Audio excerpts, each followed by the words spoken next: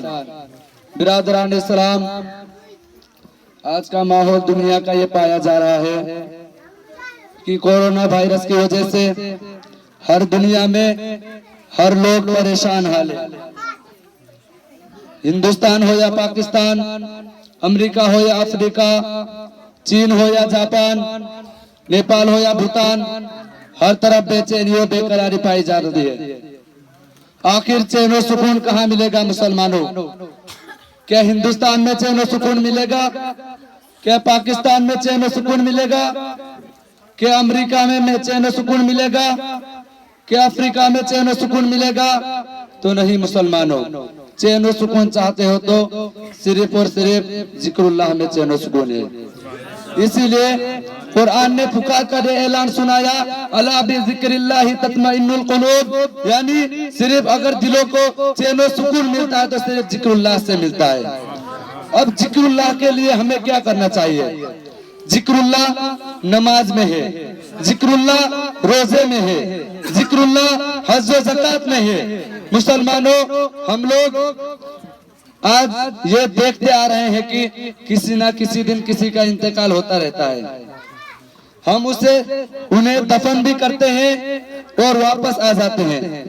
मुसलमानों, हदीस शरीफ में ये आता है कि जब बंदा मोमिन का इंतकाल होता है, जब उसको कब्र में दफनाया जाता है, तो जब लोग 40 कदम वापस आ जाते हैं तो मुनकर नकीरें सवाल करने के लिए आते हैं। ये तो सब लोग जानते ही होंगे, लेकिन हमारा हक ये बनता है कि हम अपने मुर्दों के पास इतनी टाइम तक बैठे कि जितनी टाइम तक एक ऊंट को ज़बह करके उसका गोश्त तमाम लोगों में तकसीम ना कर दिया जाए। हम आज कहाँ बैठते हैं उतना देर? फातिहा भी लोग नहीं पढ़ते कब्रिस्तान पर, सीधे जनाजा दिया, मिट्टी डाला, चला गया। मुसलमानों, ये आज हमारी बहुत बड़ी जहालत है। इसीलिए तो शायर ने क्या ही खूब कहा था, आज ले उनकी पनाह आज मदद मांग उनसे, आज ले उनकी पनाह आज मदद मांग उनसे, फिर ना मानेंगे कयामत में अगर मान गया। मुसलमानों, परवरदिगार आलम के हुक्म के तहत, कुल्लु नफ्सिन ज़ाइक़तुल मौत के तहत हम सब लोगों को एक न एक दिन मरना है, मौत का मजा चखना है। यानी हम सब लोग एक दिन इस दुनिया को छोड़कर जाने वाले हैं। हमें रोजाना एक फरिश्ता पुकार पुकार कर ये ऐलान सुनाता है कि ये दुनिया वालों सुनो सुनो, ये दुनिया वालों सुनो सुनो, इस दुनिया में हर बच्चा इसीलिए पैदा हुआ है कि उसे एक ना एक दिन मरना है। ये इस दुनिया में हर मकान इसीलिए बना है कि उसको एक ना एक दिन गिर जाना है। यानी हर बच्चा मरने ही के लिए पैदा हुआ है और हर मकान गिरने ही के लिए बना है। लास्ट पर कहती है इबरत अमीर, आए थे दुनिया में इस दिन के लिए। मुसलमानों, अल्लाह ताला ने कुरान मजिद में मौत के ताल्लुक से बहुत जगह इरशाद फरमाया। कहीं फरमाया ऐनमा तकुनु युद्रिकुमुल मौतु वलौ कुंतुम फी बुरूजिम मुशय्यदा, यानी तुम मौत के आईनी पंजों से हरगिज हरगिज ना बच सकोगे, तुम्हें मौत आनी है, अहम वक्त में आएगी, यानी एक सेकंड पहले ना एक सेकंड बाद में, वो भी इस तरह इज़ा जाअ अजलहुम फला यस्तअखिरून साअतन वला यस्तक़दिमून, यानी कोई भी शख्स अपनी मौत की घड़ी से एक सेकंड पहले मरेगा ना एक सेकंड बाद में। अलगर्ज मौत से किसको रुश्तेगारी है, मौत से किसको रुश्तेगारी है, आज नहीं तो कल हम सब की बारी है। मुसलमानों, आइए आप लोगों के सामने में एक वाकया रख रहा हूँ, समाज फरमाइए कि एक शख्स जो है एक बार एक मस्जिद के अंदर गया और उसने लोगों से मुखातिब होकर कहा कि ये लोगों सुनो सुनो, मैं तुम्हें एक हकीकत बात बताने जा रहा हूँ। तो सब लोग, आजकल लोग कहाँ सुनते हैं किसी की। नमाज पढ़कर जा रहे थे, इमाम साहब ने चिल्लाकर कहा थोड़े देर रुक जाओ, इसकी बात सुनो, क्या है ये कुछ इबरत हासिल हो जाए। तो उस शख्स ने कहा कि ये लोगों, मैं चंद सालों पहले एक जंगल में बकरियां चराने के लिए गया था। मैं चरवाहा था, मैं बकरियां चराया करता था। एक दिन मैं बकरियां लेकर जंगल की तरफ गया था। शाम का वक्त करीब आया, मैंने बकरियां समेटना चाहा तो मुझे अचानक एक पागल हाथी के झिंगाने की आवाज आई, यानी चिल्लाने की आवाज आई। ये सुनकर मैं डर गया और फिर मैंने देखा कि दूर से एक हाथी आ रहा है। देखने में ऐसा लगता था कि वो पागल हाथी है, वो मुझे मार डालेगा। तो मैं बकरी को छोड़कर मैं भाग निकला वहां से। मैं भागा, वो हाथी मेरे पीछे पीछे आ रहा था। अचानक मुझे आगे एक थोड़ी सी कब्र जैसी गुंबद नजर आई, यानी एक गिरजाघर नजर आया। मैंने उसके अंदर जाना मुनासिब समझा और मैं उसके अंदर चला गया और एक कोने में जाकर बैठ गया।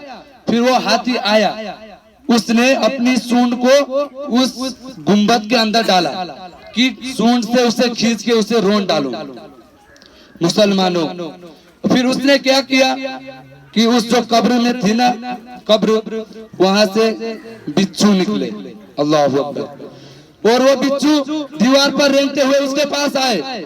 अब उससे जहां भी मौत ही नजर आ रही थी। अब इधर जाऊं तो बिच्छू डस लेंगे, अब बाहर जाऊं तो हाथी मार डालेगा, अब क्या करूं, उसके पास कोई रास्ता नहीं था। उस गुंबद पर एक चेन लटक रही थी, उस चेन को वो पकड़ के लटक गया। उसने देखा, उसने ये खुद बताया है, उसने देखा कि वो बिच्छू निकल कर आए और उस हाथी के सूंड पर डंक मारा तो हाथी फिर फोर मर गया वहां पर। और फिर थोड़ी देर बाद मैं वहां पर लटक रहा था कि वो बिच्छू भी अंदर चले गए। और फिर मैं जैसे तैसे करके बाहर निकला, बाहर वो हाथी पड़ा हुआ था, मरने के बाद भी हमारे अंदर हैबत तारी कर रहा था वो हाथी। मैंने उसके ऊपर से जाने का एक सोच किया, फिर उसके ऊपर से गया तो मेरा पैर उसके जिस्म के अंदर घुस गया। उसके बाद मैंने जब पैर निकालने को चाहा तो मेरा पैर का पूरा गोश्त खत्म हो गया था। अल्लाह अकबर। मुसलमानों, उसने ये रोकर वाकया सुनाया कि ये मुसलमानों, मैं तुम्हें कोई कहानी किससे नहीं बता रहा हूँ। ये मुसलमानों, ये हकीकत बात है कि अगर ये परवरदिगार आलम हमारे कब्र में वो बिच्छू आ गए, जो बिच्छू जिसने एक डंक मार के हाथी को फिर फोर मार दिया, ये परवरदिगार आलम अगर वो बिच्छू हमारे कब्र में आ जाए तो हमारा क्या हश्र होगा। ये मुसलमानों, इसीलिए तो आला हजरत ने फरमाया, आज ले उनकी पनाह, आज मदद मांग उनसे, आज ले उनकी पनाह, आज मदद मांग उनसे। फिर ना मानेंगे कयामत में अगर मान गया, फिर ना मानेंगे कयामत में अगर मान गया। परवरदिगार आलम की बारगाह में दुआ करता हूँ कि मेरे बोलने में किसी किस्म की कोई लफ्ज़िश, गलतियां, खामियां हुई तो मौला माफ फरमाकर अपनी बारगाह में कबूल व मकबूल अता फरमाए। व आखिर दावाना अल्हम्दुलिल्लाहि रब्बिल आलमीन।